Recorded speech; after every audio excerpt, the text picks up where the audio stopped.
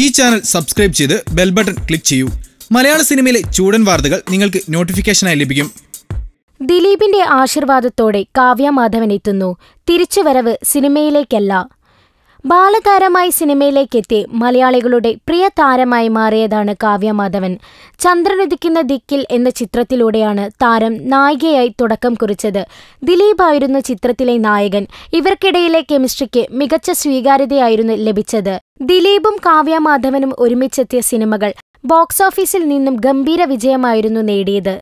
മുൻനിര താരങ്ങൾക്കും സംവിധായകർക്കുമൊപ്പമെല്ലാം പ്രവർത്തിക്കാനുള്ള അവസരം താരത്തിന് ലഭിച്ചിരുന്നു.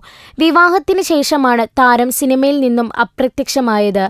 കുടുംബജീവിതവുമായി കഴിയാനാണ് തന്റെ താൽപര്യമെന്ന് താരം വ്യക്തമാക്കിയതായി അടുത്ത വൃത്തങ്ങൾ അറിയിച്ചിരുന്നു. ഗോസിപ്പ് കോളങ്ങളിൽ നിറഞ്ഞു നിന്നിരുന്ന താരജോഡികൾ കൂടിയായിരുന്നു ഇവർ. ആദ്യ വിവാഹത്തിൽ നിന്നും മോചനം നേടിയതിന് പിന്നാലെയാണ് കാവ്യ മാധവൻ ദിലീപിന്റെ ജീവിതസഖിയായത്. വിജയദശമി ദിനത്തിലാണ് ഇവർക്കരികിലേക്ക് മഹാലക്ഷ്മി എത്തിയത്. പ്രസവശേഷം കാവ്യ മാധവന്റെ സൗന്ദര്യം ഒന്നുകൂടി കൂടിയെന്നായിരുന്നു ആരാധകർ പറഞ്ഞത്.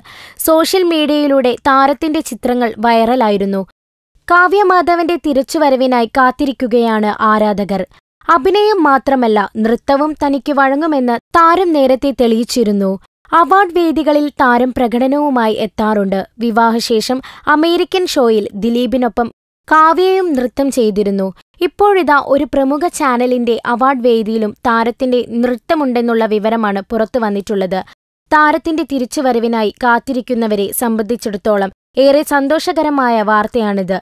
നൃത്ത പരിപാടി അടുത്തു തന്നെ ചാനലിലൂടെ പ്രേക്ഷകർക്ക് മുന്നിൽ എത്തിയേക്കുമെന്നും റിപ്പോർട്ടുകളിൽ പറയുന്നുണ്ട്.